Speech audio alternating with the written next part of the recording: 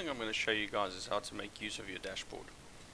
We've got a few loads that we haven't been able to make efficient yet, and we'll focus on them. So the first one was the geyser, which we have done. The second one, there's another geyser, geyser 2. So when we work with a geyser, we would like to know which size of solar geyser we're going to install. So on some days we use 3 kilowatt hours, on some days we use 12. So the question is, what is the average? What size solar geyser are we going to install here? So we click on the summary here. The summary gives us the percentage of the current consumption right now, and also the kilowatt hours. So we've selected efficient override because we know this geyser is going to move from its current times into the timer values. So at the moment we are drawing 7.6 kilowatt hours on the consumption. So 7.6 warrants about 150 litre geyser.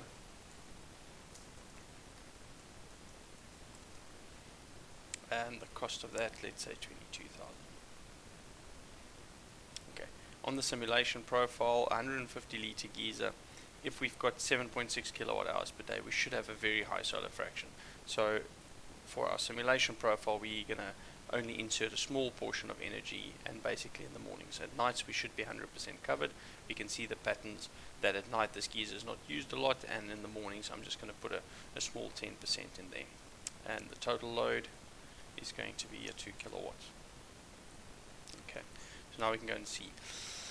If we click on the summary again now, we will see that we've dropped the consumption from 7.64 down to 0.2 kilowatt hours per day. So I'm happy with that. 150 litres should be able to bring forth that saving. So we're going to do the same thing for some of the others. Geyser 3. Geyser 3, if we click on the summary, I've already done this one, as you'll see. Geyser 3 is a 6.64, and we can also install 150 litre solar geyser. A 6.64, and we've dropped it to 0.79. So we can even go a little bit more there. So I'm going to reduce this to 0 and that to 0. And that one, make it a 15 and a 10. The nice thing about the summary is it tells you the kilowatt hours this line consumes per day on average. And 6.6 with 150 litre bring it down to a 0.27, and then the only other thing is I must change the cost of the solar geyser. Alright, so that takes care of the geysers. We've done the lights. We've got a 90% solar fraction in there. Stove, a lot of people believe that the stove takes majority of the house's consumption. It's quite interesting.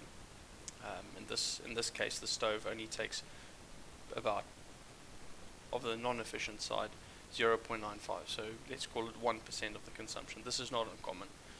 You very often get a 1 to a 3% the stove takes. We're not going to do anything about it. I don't think any efficiency would be viable in this case. And that takes care of the dashboard. There is one other thing that we haven't discussed yet, and this is the multiple line.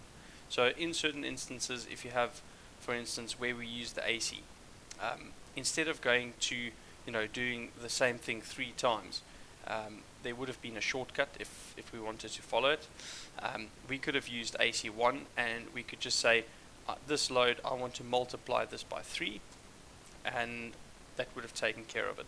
Then all the load would basically happen on this line, and if we were to do that, then we'd have to zero out this load. So we can multiply this by 0,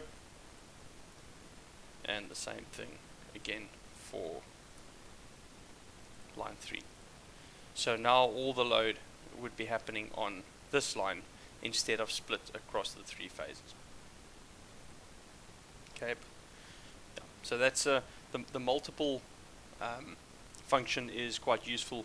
For instance, when you've logged one line of a 3-phase load and you want to multiply everything by 3, or when you've logged one area For instance, you've done a hotel or something and you've logged one room and you want to multiply the room by the amount of rooms in the hotel. So that's also an application for the multiple line.